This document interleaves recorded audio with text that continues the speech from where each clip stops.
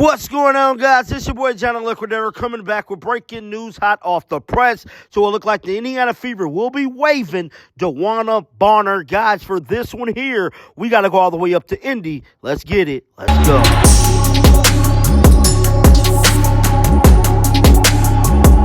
Yes, you guys heard me correctly. The Indiana Fever front office has chosen to waive DeWanna Bonner. News had broke literally moments ago, and I'm here to tell you this is shocking because I believe they're not going to get anything for her. Now, this is crazy. Shout out to Chloe Peterson from the Indy Star. She just broke the story.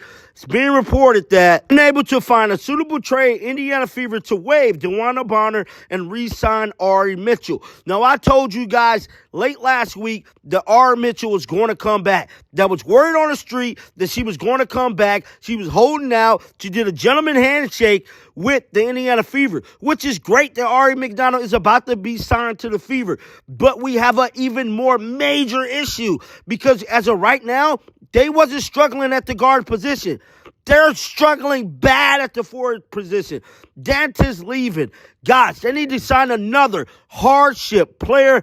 This is a crazy story. Now, the article goes on to say the Indiana Fever are waiving DeWanna Bonner on Wednesday morning. League sources told the Indy Star. Concurrently, the Fever will re-sign Ari McDonald to a standard rest of the season contract at the veteran minimum. Bonner has been away from the team since June the 12th. That's what I told y'all last night in that post on the 11th.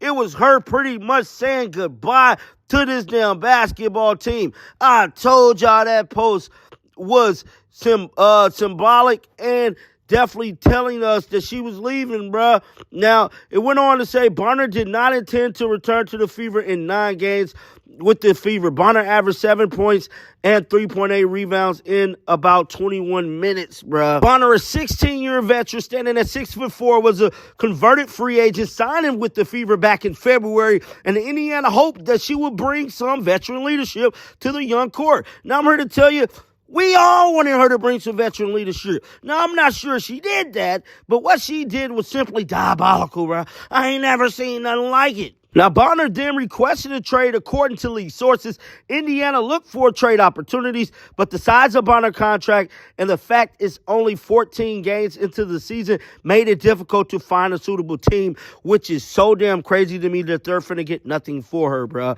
Bonner signed with the Fever for $200,000 unprotected. Now, her hoop stats. So the Fever are able to waive her without a buyout or any maturity, but penalty Bonner will end up taking up to $64,000 off the cap for the Indiana Fever.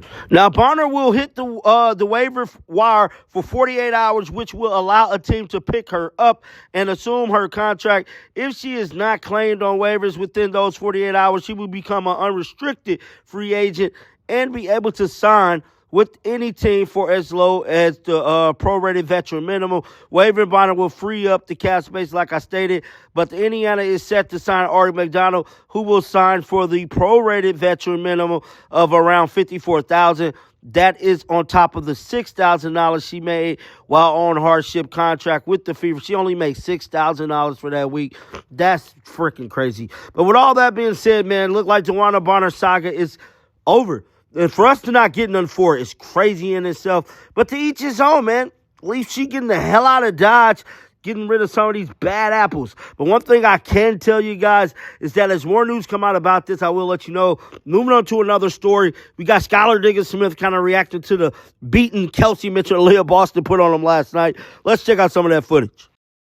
Hey, for Skylar, or just you guys did a good job on Caitlin Clark, but just what was it about Aaliyah Boston and Kelsey Mitchell that gave you guys problems tonight?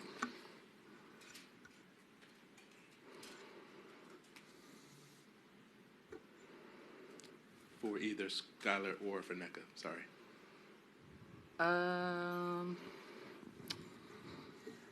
Same thing that gives everybody problems every night. They're number 1 points in the paint. They were number 1. We're number 2. And we did a poor job of keeping them out the paint tonight. I think they got 50 in the paint. and we know that that is a favorite target.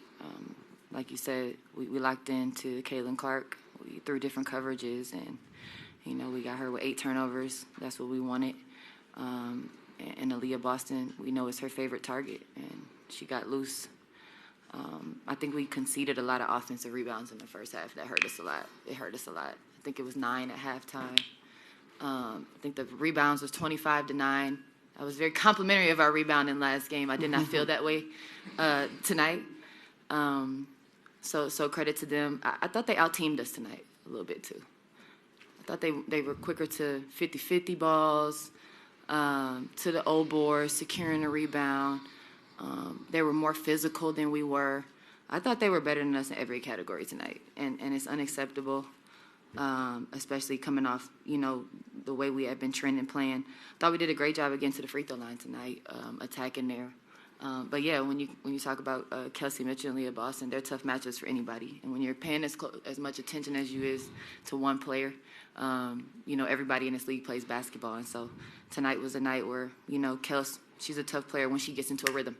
She was able to get into that rhythm tonight. So we were making them take some tough shots, and so she's a tough shot maker. And so you just have to credit them tonight. Aaliyah Boston had a very efficient game. My question is also for either of you, but Nneka, if you want to take this just to alternate. I know you guys have been really emphasizing putting 4 quarters together. What kind of happened in that third quarter where the wheels wheels kind of fell off there and you were outscored 30-19? Not taking anything away from Indiana coming out hard, but we suffer from paralysis by analysis at times, and I think that's how we came out in the third quarter.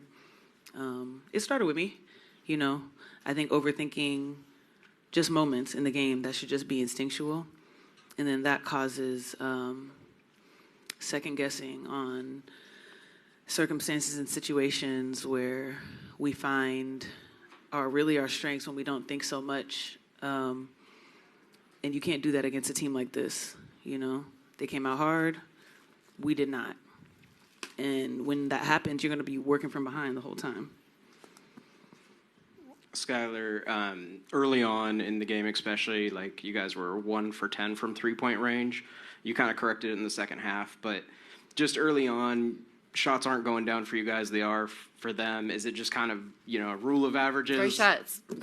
I thought the quality, we really liked our quality of looks. I guess what hurt us was fast break points too, whereas we're number 1, usually are top 2 in the league, and I think so. Excuse me if I'm wrong on that stat, but one of the top teams in fast break points too. And we were getting our stops, and we just weren't converting on offense once we were getting them. And so I thought we were inefficient in transition. And obviously, hindsight is 20/20. We'll go back and look at the film and see.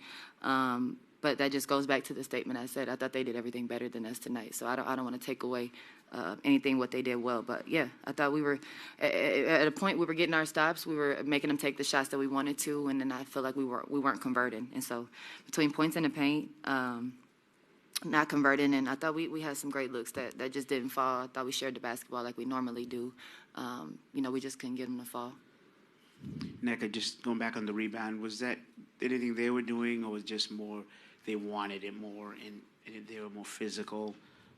What can you say about that, if you can, without looking at the film? They had the mindset we did not. As Sky said, that was out teaming. That's been a point of everything for our team. It's not about the skill. It's about the pursuit.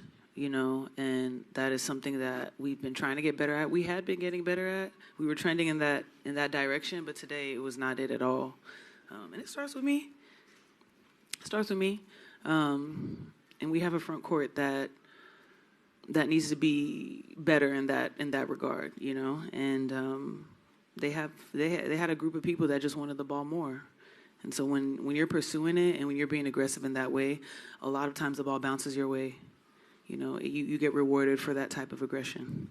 Yeah, it's not just her. And when we're shitty or disorganized on offense, that's my fault. So, got to be better in the game within the game. The ATOs. We had 3 turnovers off the fucking side out of bounds. Excuse me. just getting the ball in bounds or wherever. We had 3 turnovers off of that. And so uncharacteristic things. But their pressure affected us, and, you know, that's disappointing considering the basketball that we have been playing.